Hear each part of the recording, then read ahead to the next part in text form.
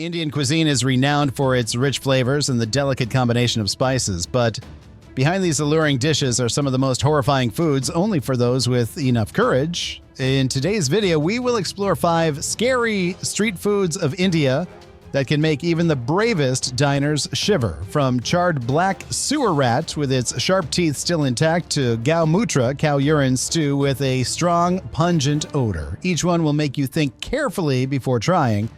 Not to be missed is sugarcane juice pressed along with the roots, full of dirt and impurities, making the experience feel like chewing mud. Next is stir-fried chicken testicles with onions, with their mushy texture and unappealing appearance.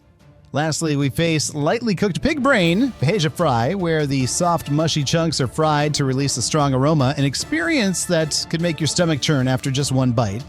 Get ready for a challenging journey where every stage of preparation might make you cringe and want to run away. 2.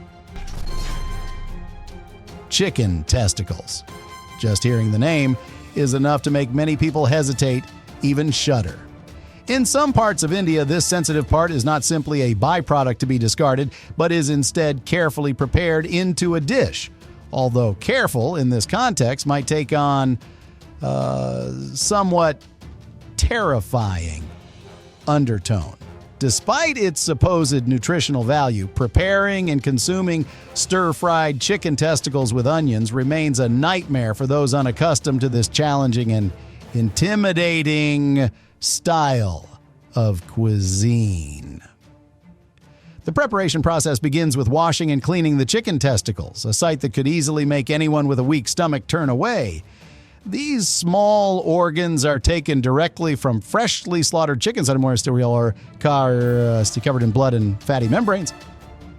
They are tossed into a basin of cold water and washed repeatedly until the blood is gone. But the scene of murky, frothy water mixed with bright red fragments is enough to horrify anyone watching.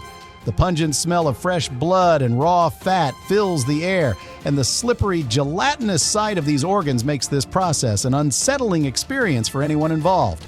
After they are cleaned, the chicken testicles are marinated with turmeric, chili, and salt to help mask their characteristic odor.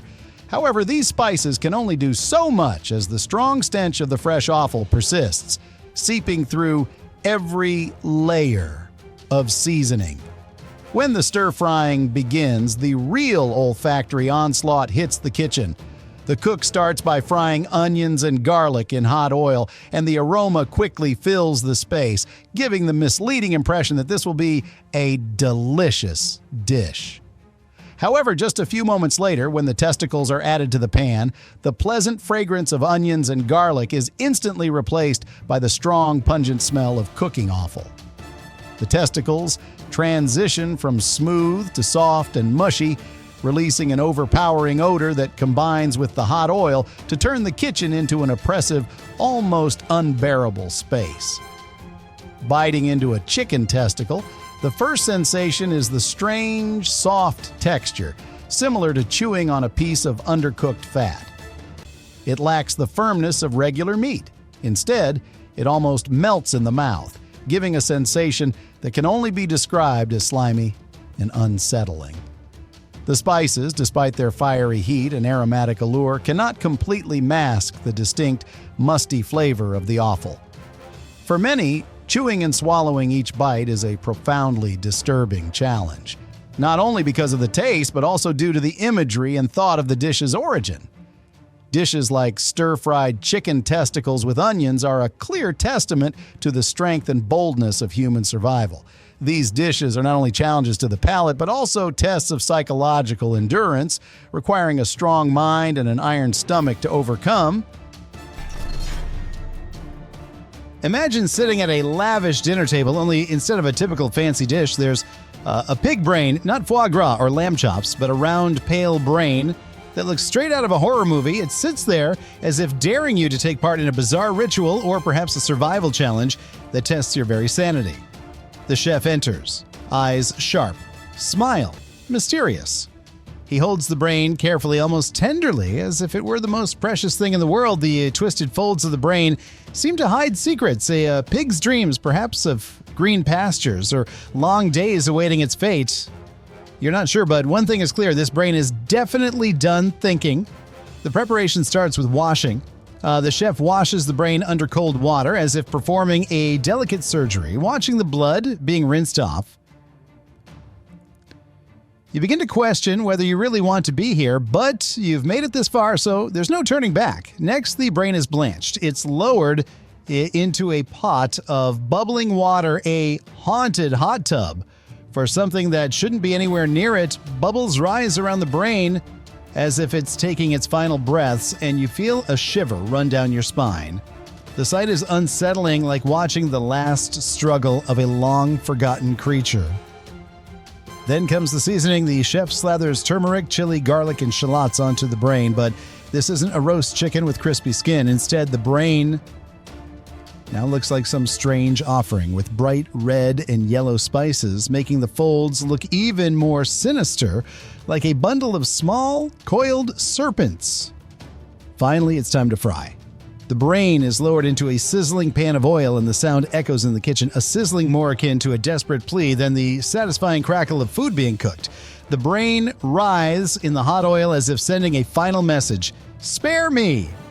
But no one listens. Eventually, the brain is plated, now a golden, crispy shell sprinkled with fried shallots for a hint of glamour. You stare at it, heart pounding. With every ounce of courage, you take a bite. It's horrifying, soft and fatty. It almost melts, spreading like some bizarre heavy cloud throughout your mouth. You half expect it to somehow merge with your very thoughts, and then it happens. You accidentally bite down on a leftover blood vessel. It's crunchy, chewy, instantly evoking images of some zombie flick with you as the lead. Visions of the pig's life, of zombies and dark feasts fill your mind, each bite dragging you deeper into an inescapable horror. You wonder if somehow this brain is transferring its memories to you. Will you be different when it's over? But the real entertainment comes when your companion takes a bite. The confidence on their face morphs into confusion, then pure horror, their eyes widening like they've glimpsed something beyond this world. You find some odd comfort in knowing you're not alone in this terrifying ordeal. If eating the brain turns you into a zombie, at least you'll have company. As the meal ends, you rise, whether in pride or terror, you can't quite say. "I ate a pig's brain and I'm still here," you announce, trying to convince yourself. That night, you dream of a room filled with brains all turning towards you, their folds moving like serpents, whispering in a pig-like voice, "Thank you for eating us." You wake up drenched in sweat, staring at your reflection, wondering if you've truly become smarter or if you've merged with something darker. Whatever the answer, you know one thing. You've crossed a line between a mere meal and something far more sinister. An experience you likely won't repeat unless you secretly wish to become part of a horror story that's better left to the screen. Grilled sewer rat, a surprising delicacy from the streets of Bihar. Grilled sewer rat, just hearing the name is enough to make anyone rethink their dinner plans. But trust me, this is an experience I will never forget. When I arrived in Bihar, one of the poorest regions in India, I never expected that our friend Jerry could become a street food specialty. For the Musahar community, rats are not just dinner. They're a symbol of survival and, truth be told, a bit of a bold challenge. Who would have thought that the little friend who often wreaks havoc in the kitchen could become the main course of a street feast? The first step in the preparation process: catching the rats. And honestly, this scene could make any reality TV show jealous. Picture this: locals wearing hats, buckets in hand, wading through the water-filled sewers. Not quite the romantic fishing scene from restaurant ads. Instead of salmon, they are after plump sewer rats. Imagine a real-life version of whack-a-mole, but this time it's catch a rat with real buckets. The sewer rats, with their shaggy fur and long tails, are not easy opponents. The Musahar run back and forth, crouching down, swinging buckets and sometimes catching a little Jerry. Watching them chase the rats, you can't help but wonder, how are they still smiling while catching these creatures? But in truth, during hard times, small joys like this are what help them get through. Once these lucky Jerrys are caught, that's when the magic, and I use the term magic humorously, begins in the kitchen. The rats are bathed. It sounds like they're being prepared as pets. But no, this is just part of the preparation. Then they are skinned, and believe me, seeing those skinned rats laid out, ready for grilling, was enough to make me chuckle awkwardly and think, is this really food? After being skinned, they are marinated. Turmeric, chili, salt, and sometimes a touch of ginger, all in an effort to convince you that this is truly a delicacy.